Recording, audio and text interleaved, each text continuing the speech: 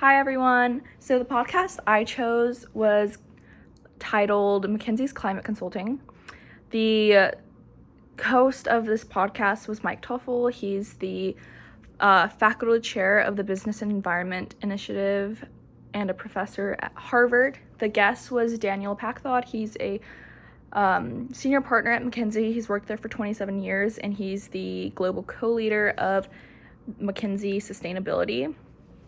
So I chose this podcast because it related heavily into climate impact and mitigation in terms of it being a climate consulting title. I'd never really heard of that before, and I thought it was really, really interesting because I hear a lot about companies and different goals they set in terms of maximizing their positive impact on the environment, like carbon sequestration, all of that jazz. But I hadn't really heard of consulting.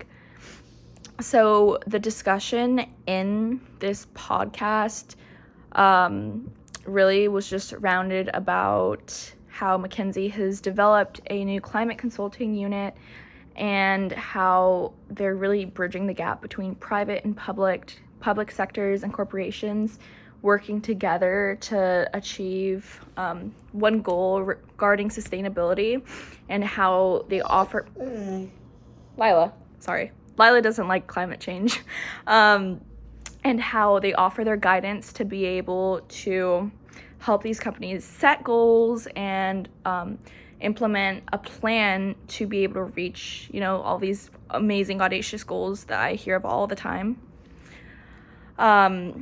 A few takeaways I took from listening to this podcast is climate consulting is a career field that exists and you're able to go into.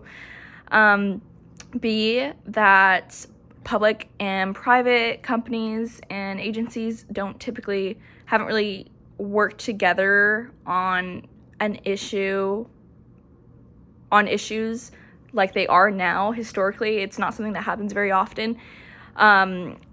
3, that a lot of companies that are able to set goals for sustainability, they aren't really able to formulate the plan to get there.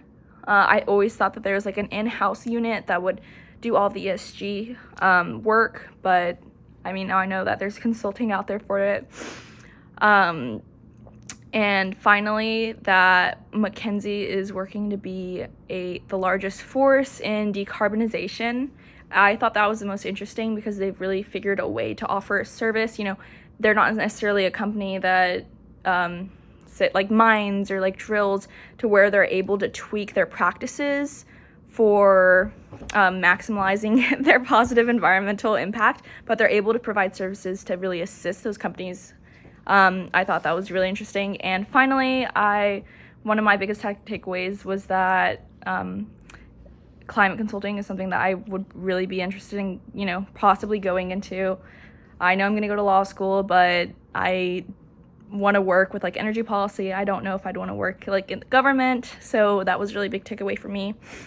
Lastly, I feel like because this podcast was hosted by someone who their living is based off of sustainability practices and that kind of consulting, and B, a professor who is involved in environmental initiative, I feel like some people can see that as some sort of bias, but I don't really think that the discussion was misguided or misrepresented in any, way, case, or form.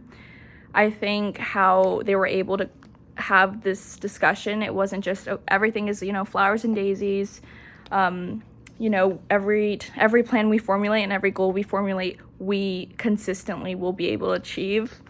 They really did go in depth with some of the realities in terms of different ruts that you can get into whenever you do set an ESG goal, and those relationships that come into play with private and public companies. I didn't feel there was much of a bias in the discussion. That's all I have. Thanks for listening to me and Lila. Say bye, Lila. Okay, she didn't say bye.